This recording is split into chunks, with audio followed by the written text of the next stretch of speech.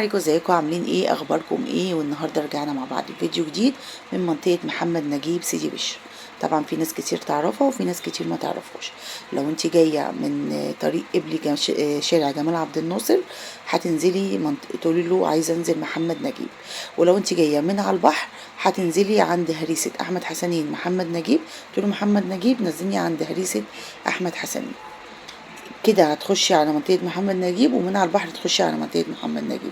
انا جاية من ناحية قبلي جمال عبد الناصر. هاخد لكم بقى الشارع كده من اوله عشان اوريكم المطاعم اللي موجودة فيه، في والكافيهات. هتاكلي وتحلي وتشربي بن وتشربي كاكاو وتشربي نسكافيه وتقعدي على كافيهات، وكل حاجة موجودة، وتاكلي ايس كريم وعصاير، وكل حاجة موجودة في المنطقة دي. اللي حابب ان هو يخرج ويتغدى بره وعايز محلات كتير ينوع، يعني المنطقة دي فيها كل حاجة. اول حاجة مشويات جدو وعمر السوري، ده كان في اول الشارع من ناحية قبلي. يعني اكتر الناس لو هتبقى جايه من سكه البحر هتروحي لحد اخر الشارع لو انت عايز تاكل عند مشويات جدو. في الوش على طول في الشاب كاظم. الشاب كاظم ده سندوتشات حلوه قوي، كنت عامله فيديو قبل كده عنه، هحطه لكم في صندوق الوصف اللي هي كلمه المزيد، تفتحيها هتلاقي الفيديو موجود. بيعمل سندوتشات حلو وحادق. بعديه بعد شاب كاظم في مكان كده، محل اسمه بازار ملك البن اهو في الوش اهو. ده تقدري ان تشربي عنده نسكافيه قهوه، كوبايه القهوه عنده ب15 جنيه، كوبايه النسكافيه عنده ب20 جنيه. كاكاو مثلا لو معاكي اولاد ولا حاجه، وعامل قاعده تقعدي فيها. بعديه في زي كافيه كده تقعدي برضو عليه، وبعديه مطعم حواوشينو. الناحيه اللي الجنب دي بقى بتبقى كلها قهاوي الشباب قاعدين فيها. منطقة حلوة جدا ولما كل حاجة. لو حد مثلا حابب ان هو يخرج ياكل ويحلي ويقعد في مكان، وكمان بالليل بتبقى القعدة حلوة فيه قوي، وفي بيتزات واكل سوري وجلاتي وكل حاجة، كل حاجة موجودة في المنطقة دي. منطقة محمد نجيب ضمة محلات كتير قوي بجد، وكلها محلات كويسة، والاسعار كمان هناك كويسة. والسلطان اللي هو الحضرموت موجود، لو الناس بتحب تاكل مندي وكده موجود هناك الحضرموت السلطان.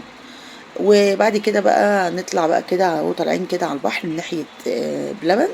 في قبليه بقى الحلبي بتاع الهريسة وفي كافيهات موجودة هي على الجنب دوت برضو، جنب اللي هو الجنب الشمال، وبعدين اللي هو على صف بلبن. بلبن، وبعديه برضو محلات سوري زي ما انتم شايفين كده وبسبوسة وهريسة وكشري، وفي كل حاجة. وكبدة الحرش فاتح برضو وعامل قاعدة برا، وكمان في عصير حسن عنده مشروبات فريش. وبعديه في قهوة كده، القهوة دي هي يعني عاملة اي قهوة وكافيه، بس هي اصلا اصلا يعني كانت قهوة من زمان. بيقعدوا عليها ستات ورجاله، في جوه وفي بره، قريبه من البحر. وبعديها احمد حسنين. احمد حسنين طبعا هريسه وحلويات مشكله وكل حاجه زي ما انتم عارفين، وجنبه محل بيبيع رز بلبن وايس كريم يعني منطقه حلوه جدا وفيها كل حاجه. اللي حابب ان هو جاي لنا مصيف وعايز يخرج ويقعد في مكان ويتغدى او يتعشى، فينزل منطقه محمد نجيب، فيها كل حاجة. يعني مش هتتعبوا ولا هتلفوا ولا تروحوا هنا ولا تروحوا هنا. ما فيهاش شراء ولا فيها اي حاجة، هي كلها مطاعم، يعني هي كلها مطاعم.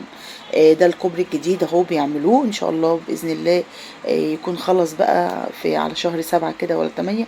هم شغالين فيه بيشتغلوا بالليل. انا كده بقى هلف في صينيه كده في النص، هلف الصينيه دي كده وهروح برضو عشان اوريكم.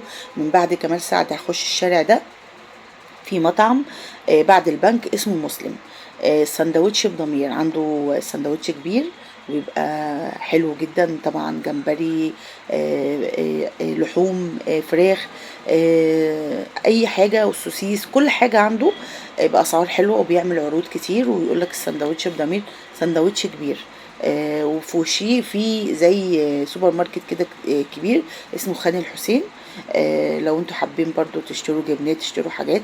الشارع ده بقى كده على طول يطلع على الهيلتون وعلى العيساوي، اللي هو الشارع بتاع مطعم مسلم. بعد كده بقى رجعت تاني من جنب البنك ومشيت كده عشان اوريكم بقى حاجة تانية. هوريكم انا بوريكم كده ايه، ان انا كنت هناك الجنب ده ولفيت خدت كده الدوران ده، دخلت لكم الشارع اللي هو عند البنك عشان اوريكم مسلم. وبعد البنك بقى في محل بتاع فول وطعمية، وبعدين في الباني الشافعي. طبعا الباني الشافعي ده معروف جدا عندنا في اسكندرية ومن زمان جدا، ده بيعمل رز بلبن وبيبيع قشطة وكريمة ولبن ومنتجات يعني ألبان، بس حاجته حلوة جدا. عديت بقى السكة كده عشان العربيات كده ما عرفتش اصور. وانا بعدي السكة جيت بقى هنا كده عند سموزي بارادايس. ده بقى عنده العصاير اللي هي فريش كلها، وعنده ايس كريم حلو جدا، وعامل عروض تخفيض، عامل عروض تخفيضات 50% عشان الفرع الجديد اللي اتفتح عند بير مسعود، الفرع الجديد بتاعه. وبعديه كده في مقلة، والشارع ده تطلعي بقى كده العيسوي، في بقى حلواني برنيس وحلواني خالد. وتطلعي في اخر الشارع في محل ابو يونس السوري اللي على صف سموزي بارادايس على طول كده. في الوش على طول ابو يونس السوري. طبعا برضو اكله حلو. انا جربت من عنده السموزي البطيخ بالنعناع، طلع حلو قوي بصراحة. وسعره كان 40 جنيه، وهو عامل عليه خصم، والكوباية كبيرة. وجبنا من عنده ايس كريم العلبة الصغيرة دي ب20 جنيه، بس طعمه حلو قوي الايس كريم، برضو ناعم كده وكريمي وحلو. جربنا السموزي بارادايس. انا مش اول مره يعني اشرب من عنده، بس قلت بقى ايه المره دي ايه واحنا بنتمشى كده نجيب وعشان نطري على نفسنا، لان كان الجو حر. كملنا بقى لحد نخش اول خالد بن وليد من العيسوي كده، لحد بقى اول خالد بن الوليد. مشينا من عند ابو يونس على صفه كده ورحنا طالعين كده كنا طالعين على البحر، ودخلنا بقى ايه كسرنا من عند البنك كده او من عند صيدليه. وانت بدل ما تطلعي على البحر كده من جامع سيدي بشر في الوش، لا تخشي كده تكسري كده يمين، هتروحي بقى على اول خالد بن الوليد. عندك هناك بقى اسماك الحبشي واولاد عاشور، دول في اول خالد بن الوليد من ناحيه العيسوي. وكان النور ده كله المعمول عشان كبدة الحرش فتحت في أول خالد بن الوليد من ناحية العيسوي. هي موجودة في محمد نجيب، والفلاح كمان موجود في محمد نجيب. وهنا الحرش كان ده الفرع تاني فتحه، وكان يوم الافتتاح وكان عامل خصم 30%. وكانت الناس عنده برضو زحمة، وكان معلق نور كتير قوي. طبعا انتوا عارفين الشارع بتاع خالد بن الوليد، لا ده التقاطع بعد صيدلية بلبع، كأنك رايحة كده بقى على العيسوي. هناك برضو في مطاعم وتشتري هدوم وكل حاجة موجودة. برضو في الشارع ده حلو جدا، وفي ايجار طبعا اكتره بقى ايجار شقق المصايف جوه، بس بصراحة ما اعرفش كام. وجنب التاني في وش ابو طاحون في حلواني حمامة، ده عنده حلويات حلوة. وابو طاحون اللي حابب ان هو ياكل فسيخ في اسكندرية، ابو طاحون ده برضو الفسيخ بتاعه حلو قوي.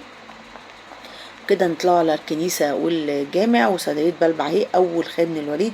طبعا أنا صورت لكم في خالد بن الوليد كتير قوي، وكل حاجة ما اتغيرتش، هو موجودة كل حاجة. الناس البياعين خالد بن الوليد كله ملابس، يعني اللي عايز يشتري ملابس ينزل خالد بن الوليد، بيت خروج رجالي حريمي أطفال كله في خالد بن الوليد. منطقة ناحية العيسوي برضو في محلات، بس الأكتر محلات الأكل وإيجار الشقق، يعني في الشوارع بقى دي كده إيجار الشقق. وأسماك الحبشي وعاشور. وفي ما انتوا ماشيين بقى هتلاقوا محلات أسماك، وفي النجار برضو بتاع الفسيخ عامل ده مطعم تقدروا انت تاكلوا جوه عنده. غير ابو طاحون، ابو طاحون تاخدي وتمشي. ابو طاحون عند نفق سيدي بشر عامل برضو مكان تقدروا انتوا تاكلوا عنده. منطقة حلوة طبعا، منطقة محمد نجيب وخالد بن الوليد طبعا كل المصيفين بينزلوا فيها. بس عشان في ناس بتقولك مفيش الا منطقة محمد نجيب او منطقة بس خالد بن الوليد. اكتر طبعا الناس بتقول على منطقة خالد بن الوليد لان كل الناس موجودة فيها. مصيفين كلهم في خالد بن الوليد، يعني شهر 7 و8 ده ما تعرفيش تحطي رجلك في خالد بن الوليد. بس دلوقتي بقوا بيقفلوا الساعة 11، ويوم الخميس على حد الساعة 12:30 واحدة بس بيكونوا فاتحين. انما في الايام العادية الساعة 11 النور بيتطفى وكل المحلات بتقفل، ده اجباري عشان بس الناس تبقى عارفة. يقولوا مثلا نخرج بالليل نشتري حاجات مش هتلاقي محلات فاتحة، انزلي بدري شوية جيبي اللي انت عايزاه وروحي اقعدي على البحر بقى براحتك. اتمنى بقى ان شاء الله الفيديو يكون عجبكم، ومتنسوش الاشتراك في القناه وتفعيل زر الجرس عشان يوصلكم كل جديد باذن الله مني، وان شاء الله نعمل لكم فيديوهات حلوه جايه تانية. اشوفكم على خير باذن الله.